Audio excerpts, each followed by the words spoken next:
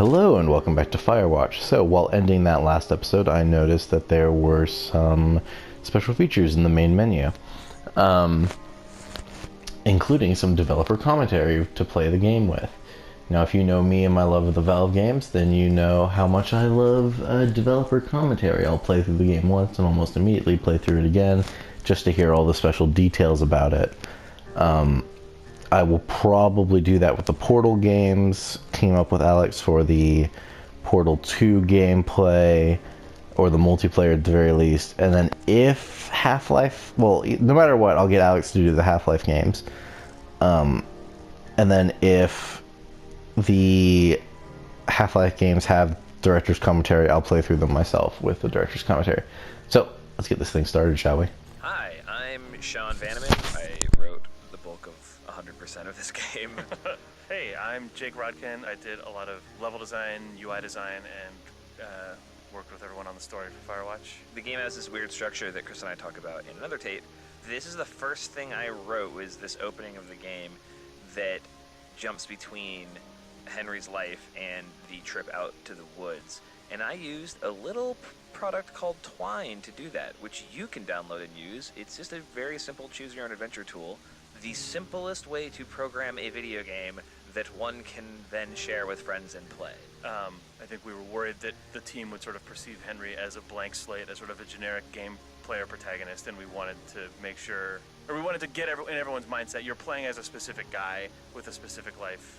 Yeah, there's a reason when you play video games that a lot of your protagonists have amnesia, because it's really difficult when you're driving a character around who knows things about their life, or his or her life, that you, who you ostensibly are that person, don't know.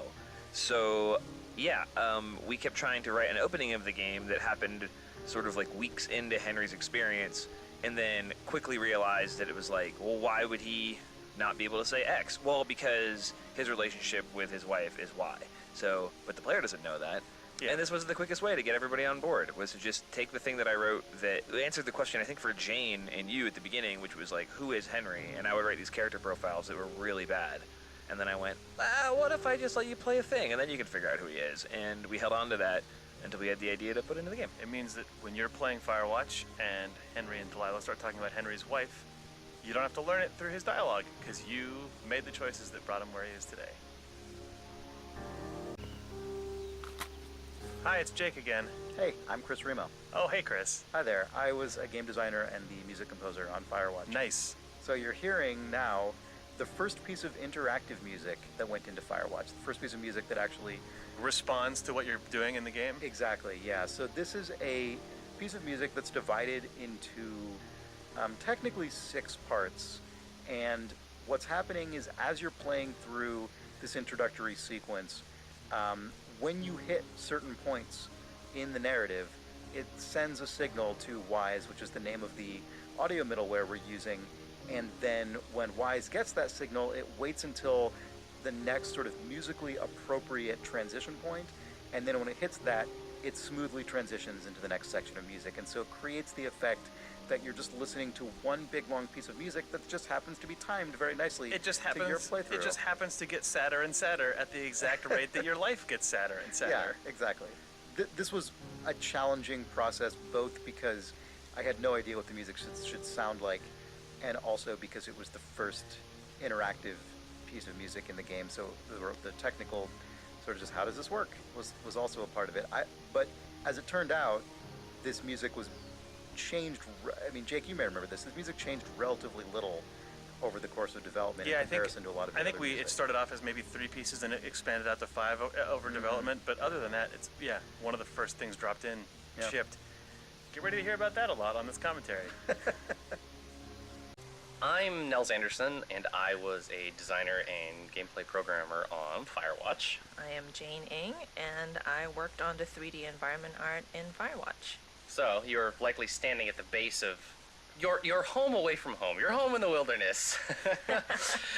For all intents and purposes, more or less, this is basically just a real straight-up tower like they existed out in the woods, right? Yeah, I think it is Portland. There's somebody in Portland who was very good about archiving a lot of, blueprints about various type of fire lookouts of the state, and we got some, and that's how we started off building the Firewatch.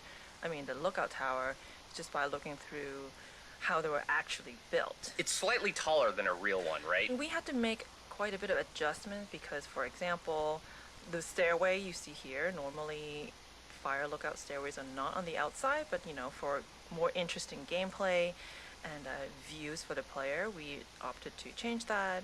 But ultimately we still wanted the tower to feel like a real tower. So we had to figure stuff like, hey, how does the plumbing actually work? How do they get water? Stuff like that. It actually is very important for a real tower. And if you go look around the base of the tower, you will actually see a big old plastic cistern.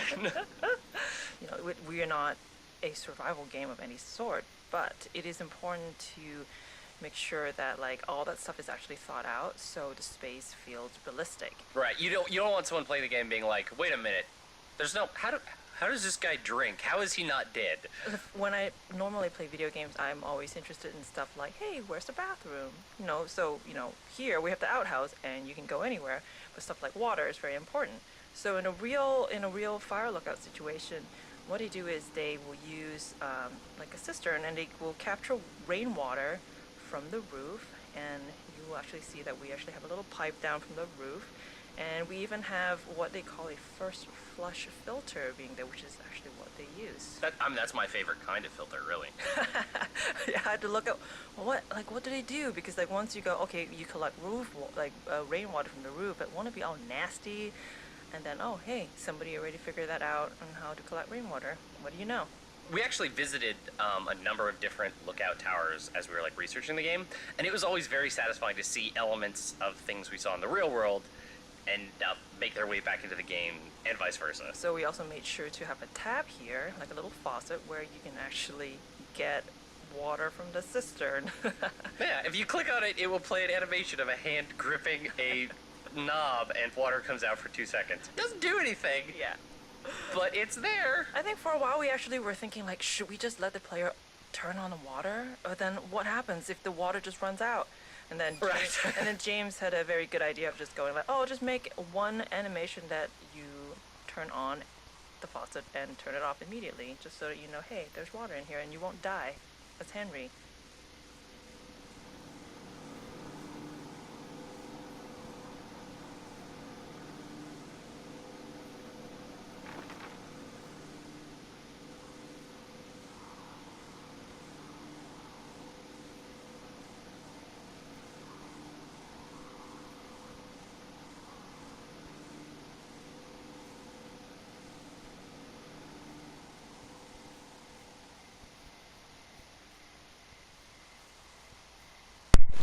What does that say? Number 15? Is that where I'm going?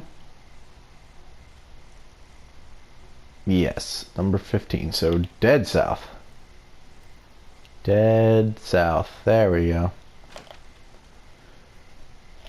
So yeah, I am going to try to cut this up just to the points of reading the audio tapes. Just so that way I'm not going to really make any different choices in my dialogue. Well, maybe I will. I don't know.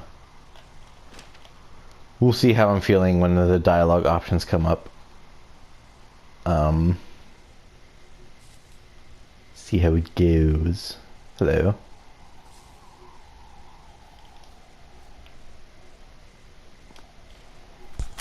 Hey, it's Chris again. Oh, it's Jake. So if you're listening to this right now, it's because you went off the beaten path really early in the game. Obviously, you probably did that because the commentary map told you to.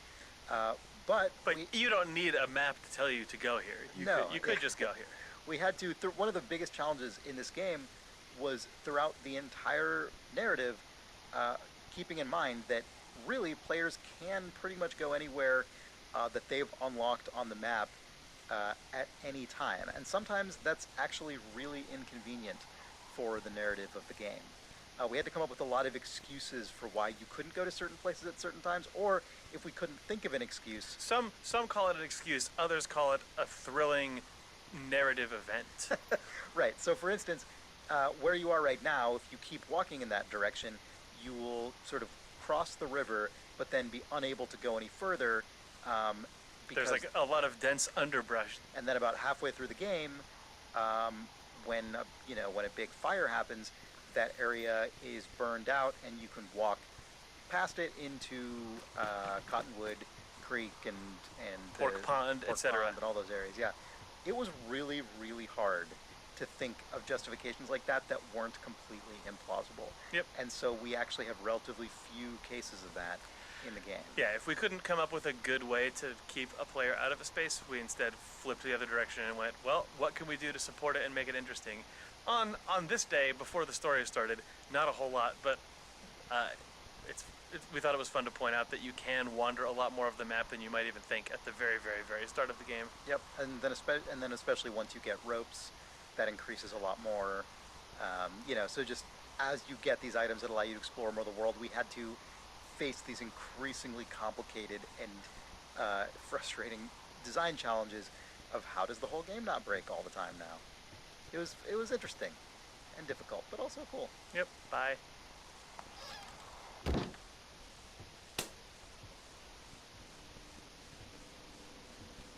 Hello, Two Forks Tower.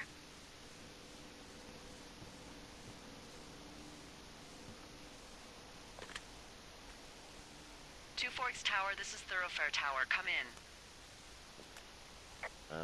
Hello? Whoever this is? It's Henry, right? Yeah. I'm Delilah. Yeah, that's what the guy said on the phone. So, what's wrong with you? Excuse me? People take this job to get away from something. So, what's wrong? What's wrong with you? That's a great idea. Go ahead. Look, I just hiked for 2 days, so I don't really follow whatever it is you're doing right now. You take a stab at what's wrong with me. Fine, then can I sleep forever? Sure, buddy. Okay, now go ahead. Okay, you're probably just rebelling against a mom who wishes you had given her grandkids, by the sound of your voice, at least 15 years ago. You come out here and it really grinds her gears and you love it. Can I sleep now? Well, she also says I fuck immature men, but in my defense, who wouldn't want a 28-year-old with ambition and energy and some fire in his belly in bed? Me. I'm going now. Just a second, now it's my turn. Okay, good night. Bye. Let's see. I don't know anything about you. I say you got fired from your job and have finally decided to write your novel. That's the sort of bullshit reason you'll find a man out in the woods. Good night. Welcome to the job.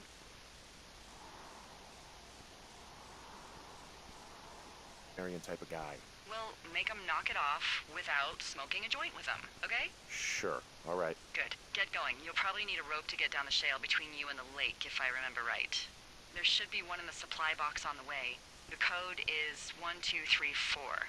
It's actually that for all of them. Smart. Shut up.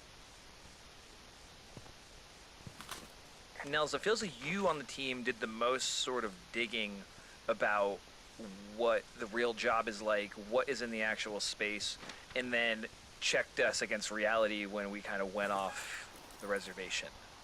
In general, I really like doing research. That's sort of a thing I've enjoyed on all the projects I've worked on. So for this, a bunch of folks on the team read this great book called Fire Season by Philip Connors, which is kind of like a memoir-ish thing from this dude who still is an active fire lookout even today. But I also just, I called up the Ministry of Forests and Natural Resources here in British Columbia and got redirected to like 3 increasingly small Ministry of Forest offices until someone just gave me literally the phone number of this cool old lady who had once been a fire lookout. So I just kind of chatted with her for like an hour and a half just about what doing the job was like. The reason why the game is not a simulation of being a fire lookout is because what everyone talks about is that the #1 challenge with the job is that it is incredibly, impossibly boring.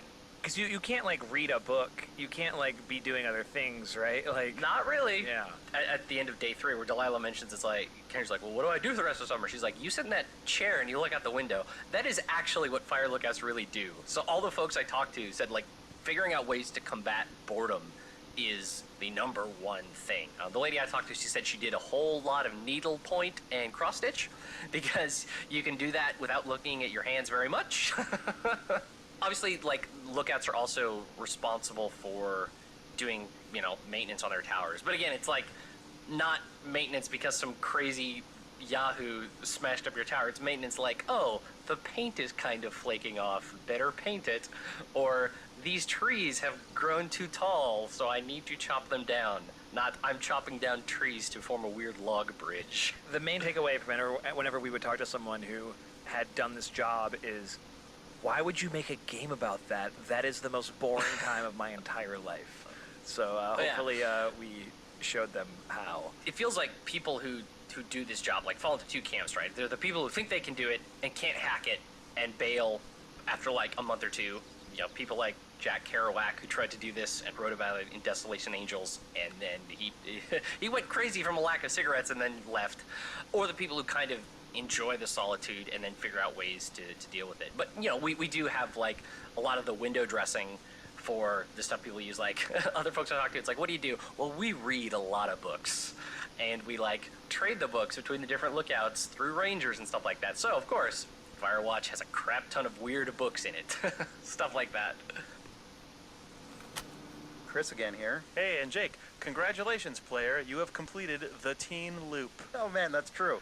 This is the end of what was originally called teenloop.unity, a scene file in our game engine Unity, because we thought that was just going to be the file corresponding to this piece of game that you've just played. Yeah, this first big objective. But then we kept building, so all of Firewatch is in fact saved inside of a file called teenloop.unity. So know that for the rest of your play experience, you are inside of the teen loop. Yeah. This part of the game, you probably are right now if you're listening to these commentary notes basically in sequence.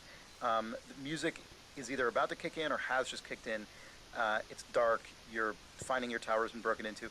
This, I really strongly remember feeling when this went into the game and had the music, which was actually the first music implemented in the entire game. All this stuff together felt to me like the first real moment of assertive tension in the game, and it felt really crazy. Yeah, because we had our environment system working for the first time, so the sky turned to nighttime, and our world logic allowed the tower to switch into its broken into state just when you were off in the world for the first time. And then when that music finally came in, we're like, oh, wow, okay, this is a world that's alive and can be tense and cinematic. And all of it happened without us ever having to cut the camera. I remember we were all very proud and stoked of that. For sure. That was like right before we first demoed the game, I think, at the Penny Arcade Expo. Yeah, because the end of day one was the end of the first demo. Yeah. Right before this, there's the moment with the creepy guy in the woods, and that was sort of a moment of tension. But that's also arguably maybe not, because it's immediately deflated by Delilah. Right, but this was like, holy crap. Okay, I remember feeling kind of nervous about it because it was like the game is declaring this is a tense moment, and if it falls flat, we have failed. We can't like make a joke to diffuse it. And I think it basically worked, and it was a real relief. Yeah. Yeah. Ba, ba, ba, ba.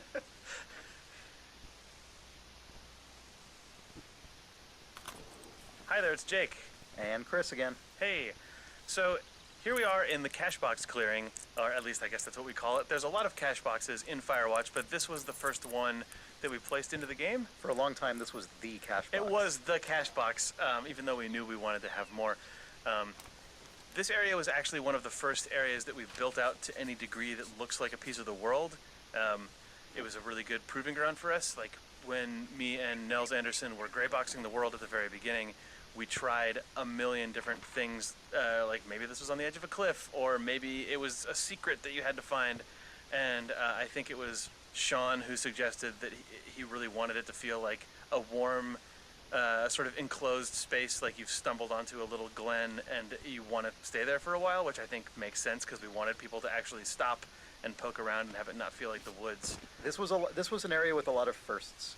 I remember this really ended up looking a lot like Ollie's concept art in a way I think that felt like an accomplishment when it all got built out. It was also the first audio I implemented in the entire game, I believe. The Foley on the locks and the lid? Right, exactly. Oh, this was, man, this was also, the cache box was also our proving ground for detailed object interaction with Henry animating the lock. And also, there's an exit out if you back up and turn left that was the first time I prototyped one-way drops and also any like sort of secret paths, because the way that you cross the canyon also showed up here, and I didn't tell anyone on the team about it for like months, and people only noticed it once they started playing the back half of the game, and Right. it was very fulfilling for me. Nice.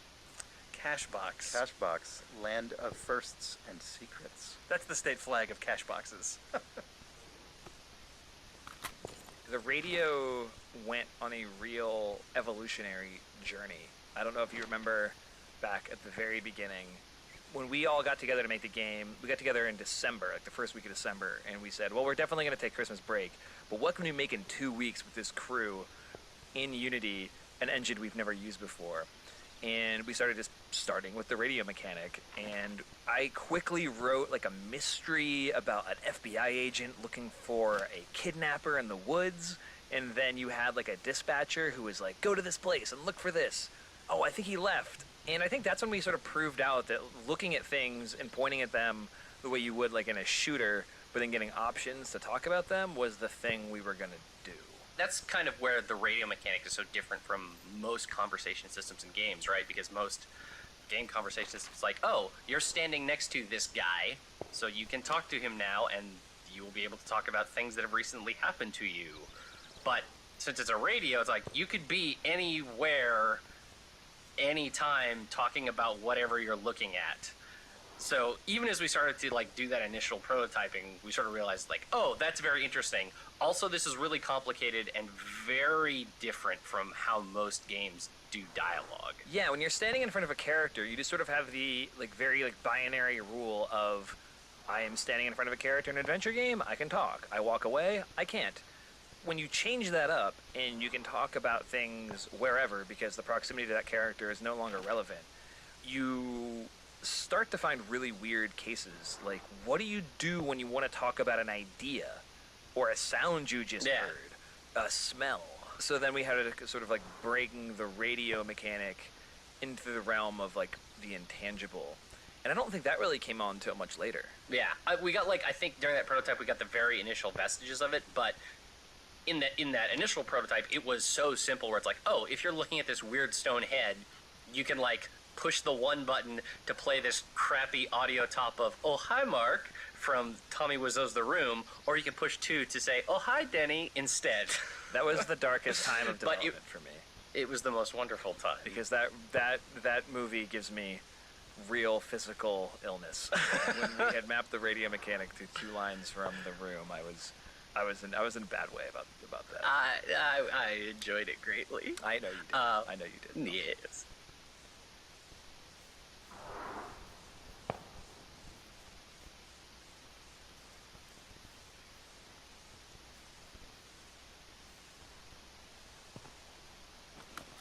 Jake, Oh, hey, Sean. you did a neat thing here in the game that I like a lot, which is when you make a dialogue choice with Delilah about what this dangerous hill should be called.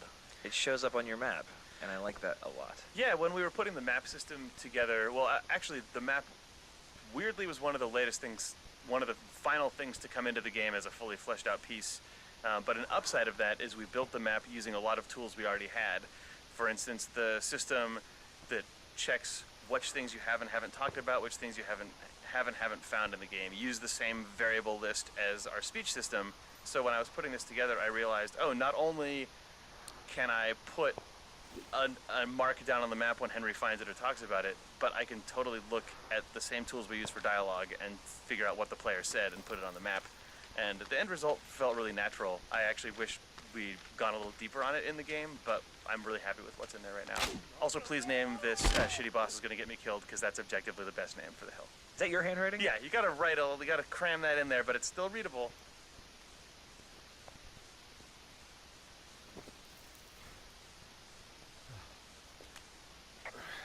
Hey, What the hell's wrong with you? my rope snapped coming down the shale slide. You didn't break anything, did you? No, I think I'll make it. Well, be careful for Christ's sake.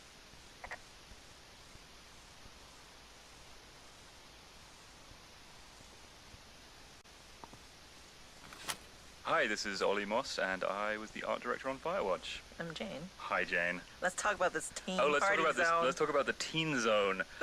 So the Teen Zone is one of the first areas that we used as a sort of art test to see how we would go about building the rest of the game. We knew from the pretty early on that, like, on day one, you will start from the tower, and you will have to head down to the lake, and somewhere in between, you will see some teens, and they're partying. And so we call this the teen zone because this is where all the teen stuff is. Yeah, and it was important to us that the reveal that it was a group of teens was communicated through the level design. So the idea was that you just kind of like walk through some trees and burst out into this scene where a campfire was still burning. And you had a pretty strong idea of what you wanted to look like. Yeah, I just wanted to put some big angular rocks in there, which is basically the like my modus operandi for the entire game. But we wanted to have a big angular sort of rock, which became known as Pride Rock because it looked so much like the rock from The Lion King. No, we did name that Pride Rock, didn't we? That rock does serve as a very strong landmark pretty early in the game, and it kind of does point the player in the right direction. Exactly.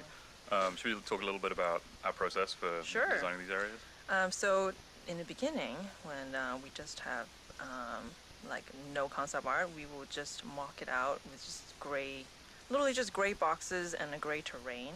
And then we will take screenshots and give it to Ollie to be like, please pretty this up, Ollie. Oh, well, first of all, I'll do a terrible garbage sketch and pitch it to the team. And if people like the gist of it, then we'll go away and do a bit more of a detailed drawing, and then you would go. Yeah, we'll add in some more shapes, and then we just keep going back and forth with paint overs from Ollie. And then it's just a sort of tennis, really, just back and forth between the two of us until everyone's happy with what we have.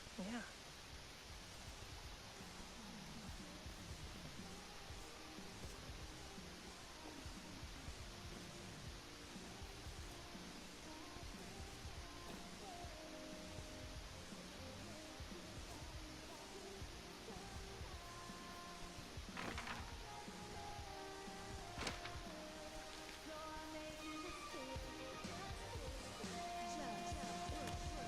Found them in the lake, naked.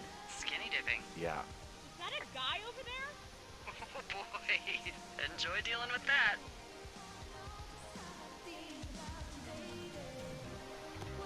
Goal stereo! Whoa, hey, put that down. Seriously, you asshole! Light another firework and it won't be your stereo I wreck. Oh, fuck you, psycho. Yeah, fuck you. You'll fucking pay for this. You can't just harass girls in the woods. Let's get out of here.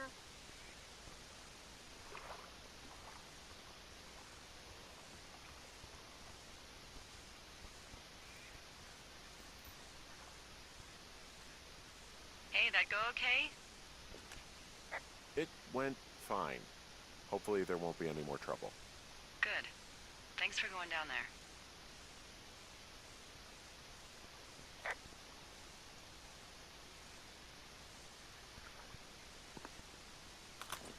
My name is Patrick Ewing. I worked on tools and gameplay programming.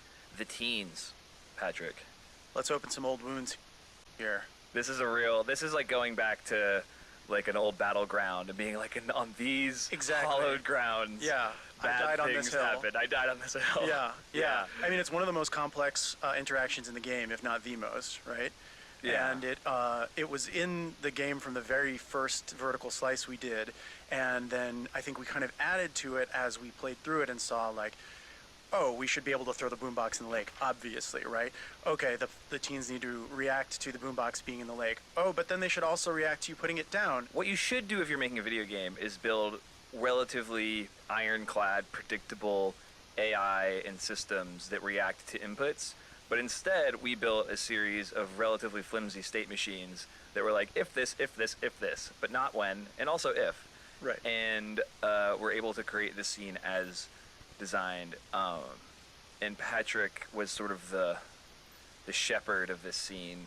So whenever anything would break, if you were to throw the boombox and the teens were not to respond, or you leave with the boombox and they would talk about something else, it was Patrick's job to ferret into the Right. state machine and Right. figure out what was going on. Yeah, and I'm happy with how it turned out. There are so many different ways that this scene can play out now, depending on what you choose to do. Do you throw the fireworks at them? Do you talk to them and then start messing up their stuff and throwing it in? And it ends up being pretty like believable. They feel like real characters. It's just such a crazy spaghetti code in the back end that I'm always terrified when I see someone play through it, that there's some interaction that we didn't think about. That right Yeah. now the player is interacting with the teams in a way that is completely not by the book, and I mean, luckily the we beads of haven't. sweat are building on your brow. Yeah, I think it's just a PTSD response at this point. We would see the bug reports if this was actually still breakable. Yeah. But hey, I got a 30 cents an hour Hello, raise. my name is Erin Yvette, and I'm the voice of Chelsea. Hi, my name is Nikki Rapp, and I'm the voice of Lily. And we're the drunk teens in the lake. The obnoxious, skinny dipping, drunk, firework blasting teens. This isn't the first time that you've played a Lily, though. It is not. It's actually the third time I've played a Lily. My first Lily was Lily Zanato in Psychonauts. And then I played the lovable Lily in The Walking Dead from Telltale. And now I'm Lily in Campo Santo's amazing game Firewatch. I'm pretty sure the backstory behind my character's name is that it's Sean Vanneman's girlfriend's name. Slightly less That's backstory pretty for me rad, personally, though. but she's a cool person in real life, so it's fine. Although I wouldn't say that this character is based off of her, because this character is. I guess I always pictured her being changing majors constantly in college because she's like can't decide what she wants to do. Like she's gone through like psychology and sociology and like and just constantly flunking out of everything. Yeah, So she's I just think- switching until something sticks. That's good you had ambition. I don't think my character really... I think she just was kind of drunk, cutting class. This isn't the first time that they've done something like this. Not at all. I think they were professionals at it. They were good. They were good at getting people to buy them booze, you know, Totally. that kind of a thing. That's good. Stand outside of 7-Eleven. Whenever people ask me like, "Oh, who did you play in Firewatch?" It's like, "Oh, remember that time on day one where like you saw these silhouettes of like gyrating women? I was one of those. I Yeah, there's, probably like, called you a fucking bras. asshole." That was me. That's a dubious honor, but it's still an honor. Totally, yeah. A little tiny bit of a really cool game. Thanks. You're welcome. Anyway, I'm sorry. Hi everyone, this is Ben Burbank. I'm a programmer at Campo Santo, predominantly doing graphics work and performance stuff. And I'm here with Jane. Hi, I'm back. And we're going to talk a little bit about, in general, how the world sort of streams in. This is a big open world game. There are, like, what, tens of thousands of trees somewhere in there? Yeah, and we have how many chunks of the world that we stream in and out? There are I don't 100 remember. plus. Yeah, I think over 120. One of the big challenges with that was we have to remove parts of it when you're not looking at it, because video game consoles and computers don't like to draw things that aren't seen. Especially not a lot of trees. Yeah, it's a lot of work for that little graphics card to do to try and draw all those that big forest. So the canyon's one of the spots where we have like obvious occlusion where you can't see most of the world. So we unload like the tower hub. The tower that you see in the canyon is fake. It's a small fake version, Yeah. which is a common trick. Yeah, so it's like a very low cost version of what it would actually be there. One of the biggest challenges for Jane and people building the levels was figuring out line of sight. So how far can you see? Like if you have a point where you can see entirely across the map, we had to be very careful about what is actually loaded and what's actually drawing. Yeah, so even though the canyon is pretty much a straight corridor, we had to put in some kinks in there. So, you know, like right sort of in the middle, there's a little area where you have to go around a rock. This is so that we could make sure you won't be looking at the lake when we basically delete it out of the world. Yeah. The game also, you know, it's sort of non-linear. Like there's a linear story going on, but there's the ability for the player to just go backwards. So we also had to keep in mind like reverse line of sight and things like that, which is a little different than a traditional action game or something. Yeah, it's kind of like a little puzzle game almost to figure out when we stream in and out things. So hopefully you don't notice any of it, because if you do, that's actually us not doing a great job. You probably will notice it though sometimes. I'm sorry about that. Completely fine in here. God damn it. Hi, I'm Jane. We're back. And I'm Ollie. Let's talk about this cave, Ollie. Oh, let's not. This cave really gave us all quite a bit of headache, actually. Hmm. I was actually kind of having a mini panic attack because one of the hardest things to light in games actually is any area that's sort of half indoor and half outdoor, and this cave is a pain in the butt to light. It is. Well, having we thought you'd be an old pro at this, having worked on a game called The Cave. But yeah, it caused a lot of problems in terms of the logic gating of the environment switches, because every time the time of day changes in the game, it then like sets that time of day. Because there's no doorway really. So the way the cave is lit, it actually just changes the time of day in the whole game. So like when you hit the trigger, if you could somehow magically transport yourself back outside the cave, you'd see like the sun spinning through the sky, the sky changing, and it was really hard to make that process invisible to the player and make it feel natural. Not to mention that when you're inside the cave, everything also has to look really dark. And we use a method called image-based lighting throughout the game. And that basically means that all the objects, like all the trees and rocks, just look out to the sky to see what their lighting should be. And so in the cave, we actually had to do sort of like a fake sky for anything inside that is just pure black. So the lighting inside would be appropriately dark. But still navigatable to a player without the Exactly. flashlight. And also to be able to have a smooth transition when you're going from the brightly lit outside to the really dark inside and coming back out again and having all the appropriate logic for the time of day, like Ollie said, it was just a real pain in the butt.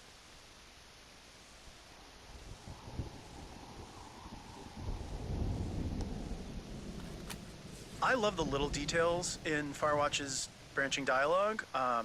There are a lot of very subtle, hard to notice things that Sean put in while writing it that you really couldn't notice without multiple playthroughs, but they add up to this feeling that you're talking to real people who, just like real people, kind of echo back things you said earlier, who continue in jokes that have been established, et cetera, et cetera. And one of the subtlest that I don't think I even noticed till I was rewiring the game midway through is the spooky figure who you meet towards the end of day one. Spooky figure. If the teens call you a creep, Henry calls the guy who's putting a flashlight in his face a creep. Right. He goes, "There's some guy out here creeping," or he says something like, "He's a creep out here." She's like, "A creep, Henry." He's like, Right. "Yeah, there's a guy who's spooking me out here. I don't like it." And I mean, I like doing stuff like that. I pay a lot of attention to the sort of infectiousness of language. Yeah. Especially in this office, someone will start using a turn of phrase that then I'll be at lunch with someone later, I'll be out with Jake or whatever, and then I'll hear the phrase theory crafting through them. Yeah. You know, where it's like, like if somebody was saying, "Oh, there was a total creep outside at the bus stop," then it wouldn't be long, like 18 hours later, it would be totally conceivable to hear Jake be like, "Oh yeah, that guy's kind of a creep. I don't know if we should have him by or whatever." Yep. And I'd be like, "Man, okay, like that word is now like bubbling along the surface of our social network here." And people are like that. People are weird, sort of like passive, like non-participatory sponges sometimes. Yeah. And I just like putting that stuff in the writing. And you can do that in games in a way that you can't do that in other media. If you do that in like a book or something, it's so double underlined that it feels like you're making a big point as an author. But in a game, because it's player driven and it's passive, it just feels causal and the way the world will. Look, the wind? No. How the hell? You should get inside.